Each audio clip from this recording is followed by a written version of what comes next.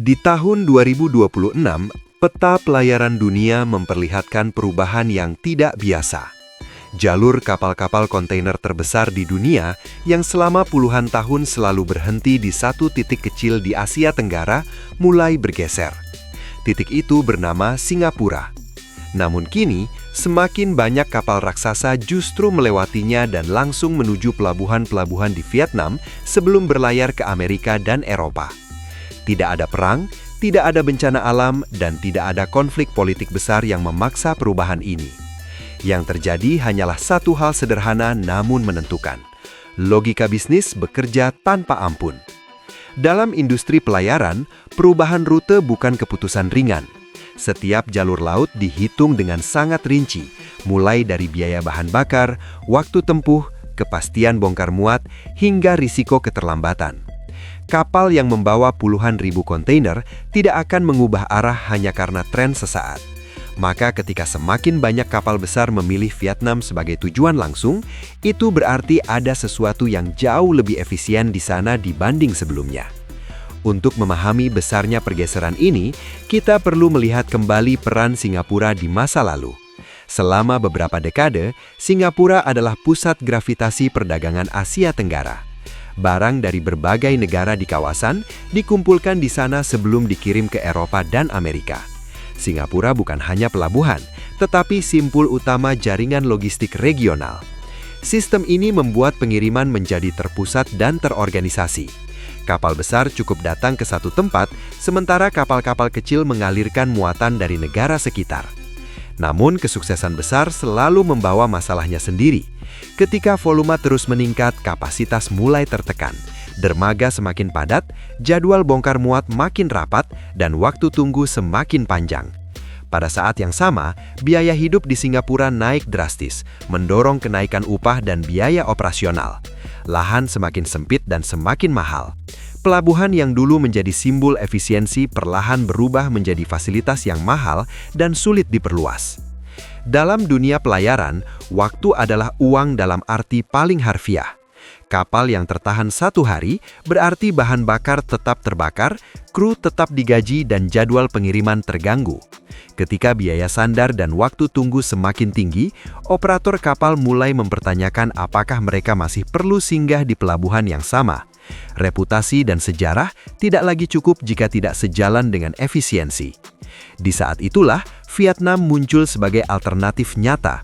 Selama 2 dekade terakhir, Vietnam berkembang pesat sebagai basis manufaktur.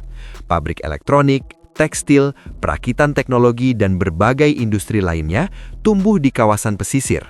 Awalnya, barang-barang ini tetap dikirim ke Singapura untuk diteruskan ke pasar global. Namun seiring volume meningkat, muncul pertanyaan logis. Mengapa harus memutar jika bisa langsung? Vietnam kemudian mengambil langkah yang tampak teknis, tetapi dampaknya strategis. Mereka membangun pelabuhan laut dalam yang mampu menerima kapal-kapal kontainer terbesar di dunia. Mereka mempercepat sistem bongkar muat agar waktu sandar lebih singkat dan dapat diprediksi. Biaya dibuat kompetitif dan relatif stabil. Pelabuhan-pelabuhan ini tidak lagi hanya melayani kapal regional, tetapi langsung terhubung dengan rute lintas samudra. Yang membuat perubahan ini sangat efektif adalah kedekatan antara pelabuhan dan kawasan industri. Pabrik-pabrik dibangun tidak jauh dari dermaga. Barang diproduksi, dirakit, dikemas, lalu langsung dimuat ke kapal. Tidak ada lagi perjalanan tambahan ke negara lain hanya untuk transit. Dari sudut pandang logistik, ini memangkas satu lapis biaya dan satu lapis risiko. Kapal datang dalam kondisi kosong, mengisi muatan penuh lalu langsung berangkat ke pasar dunia. Namun infrastruktur fisik bukan satu-satunya faktor. Vietnam juga melakukan perubahan pada cara negara mengelola administrasi perdagangan. Proses bea cukai dan logistik yang dulu lambat mulai didigitalisasi. Dokumen yang sebelumnya memerlukan pemeriksaan manual kini bisa diproses secara elektronik. Waktu yang dulu diukur dalam hari berubah menjadi jam bahkan menit. Bagi perusahaan global, ini bukan sekedar kemudahan, tetapi jaminan bahwa barang mereka tidak akan tertahan tanpa alasan jelas. Dalam perdagangan internasional, ketidakpastian seringkali lebih mahal daripada tarif tinggi. Perusahaan bisa menghitung biaya, tetapi sulit menghitung risiko keterlambatan. Dengan mempercepat dan menertibkan sistemnya, Vietnam mengurangi risiko tersebut. Ini membuat pelabuhan mereka semakin menarik bagi operator kapal besar yang sangat bergantung pada jadwal ketat. Sementara itu, Singapura menghadapi dilema yang tidak mudah dihindari. Sebagai negara dengan standar hidup tinggi, biaya operasionalnya secara alami tinggi. Infrastruktur mereka sangat maju, tetapi ruang fisik terbatas. Setiap perluasan membutuhkan investasi besar dan waktu panjang. Selain itu, ekonomi Singapura semakin berfokus pada sektor jasa bernilai tinggi, seperti keuangan, manajemen rantai pasok, dan pusat koordinasi perusahaan multinasional. Secara strategis, ini masuk akal. Namun bagi industri pelayaran yang sensitif terhadap biaya, kondisi ini membuat Singapura semakin sulit bersaing dalam aspek fisik.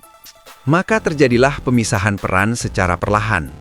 Singapura tetap penting sebagai pusat pengambilan keputusan dan jasa. Vietnam tumbuh sebagai pusat produksi dan pengiriman barang nyata. Dunia logistik kembali menunjukkan bahwa siapa yang mampu memproduksi dan mengirim barang secara langsung memiliki posisi tawar yang besar dalam rantai pasok global. Perubahan ini tidak hanya berdampak pada dua negara tersebut. Ia mengubah cara kawasan Asia Tenggara dipandang oleh dunia. Jika sebelumnya kawasan ini dikenal memiliki satu gerbang utama, kini mulai muncul beberapa simpul baru. Sistem menjadi lebih tersebar dan lebih kompetitif. Gangguan di satu titik tidak lagi melumpuhkan seluruh jaringan. Bagi perusahaan global, ini berarti lebih banyak pilihan dan lebih sedikit ketergantungan pada satu negara. Bagi negara-negara lain di kawasan, termasuk Indonesia, pergeseran ini menjadi cermin yang penting. Indonesia memiliki potensi geografis dan sumber daya yang besar, tetapi belum sepenuhnya menyatukan industri, pelabuhan, dan sistem administrasi dalam satu alur yang efisien. Banyak kawasan industri masih jauh dari pelabuhan utama, sehingga biaya logistik tinggi. Proses birokrasi yang rumit juga membuat waktu pengiriman sulit diprediksi. Dalam dunia yang semakin menghargai kecepatan dan kepastian, kondisi ini menjadi hambatan serius. Vietnam menunjukkan bahwa perubahan posisi dalam perdagangan dunia tidak selalu membutuhkan teknologi paling canggih atau modal terbesar. Yang dibutuhkan adalah keselarasan kebijakan. Ketika pembangunan pelabuhan, penarikan industri, dan reformasi administrasi diarahkan ke tujuan yang sama, hasilnya bisa terlihat dalam waktu relatif singkat. Ini menciptakan lingkaran penguatan. Semakin banyak pabrik, semakin besar volume ekspor. Semakin besar volume ekspor, semakin banyak kapal yang datang. Semakin banyak kapal, semakin kuat posisi pelabuhan. Kedepan peta logistik Asia Tenggara kemungkinan tidak akan kembali ke model lama dengan satu pusat dominan. Singapura akan tetap kuat, tetapi lebih sebagai pusat jasa dan koordinasi. Vietnam akan semakin menonjol sebagai pusat ekspor manufaktur langsung. Negara lain akan mencari peran spesifiknya masing-masing. Kawasan ini akan berubah dari sistem dengan satu raja menjadi sistem dengan beberapa pemain kuat. Kesimpulannya, perubahan rute kapal pada 2026 bukanlah peristiwa sesaat. Ia adalah tanda dari perubahan struktur ekonomi global. Dunia tidak lagi hanya menghormati sejarah dan reputasi, tetapi menghargai efisiensi dan kepastian. Singapura tidak runtuh, tetapi perannya bergeser. Vietnam tidak tiba-tiba menjadi raja, tetapi naik kelas dalam rantai pasok dunia. Jika tren ini berlanjut, maka menjelang 2030, Asia Tenggara akan dikenal sebagai jaringan gerbang perdagangan, bukan satu pintu tunggal. Dalam sistem seperti ini, kecepatan adaptasi menjadi kunci. Negara yang mampu menyesuaikan infrastrukturnya, industrinya, dan sistemnya akan naik peringkat. Negara yang terlalu nyaman dengan model lama akan tertinggal, bukan karena kalah konflik, tetapi karena kalah efisiensi. Pada akhirnya, kisah tentang kapal-kapal yang melewati Singapura bukanlah cerita tentang kejatuhan satu negara dan kebangkitan negara lain. Ia adalah cerita tentang perubahan zaman, tentang bagaimana keputusan bisnis yang terlihat teknis bisa menggeser keseimbangan ekonomi kawasan, tentang bagaimana efisiensi dapat mengalahkan tradisi, dan tentang bagaimana masa depan perdagangan dunia akan ditentukan oleh siapa yang paling cepat bergerak, bukan siapa yang paling lama berdiri. Perubahan jalur kapal di tahun 2026 bukan sekedar cerita tentang pelabuhan yang dilewati atau pelabuhan yang dipilih.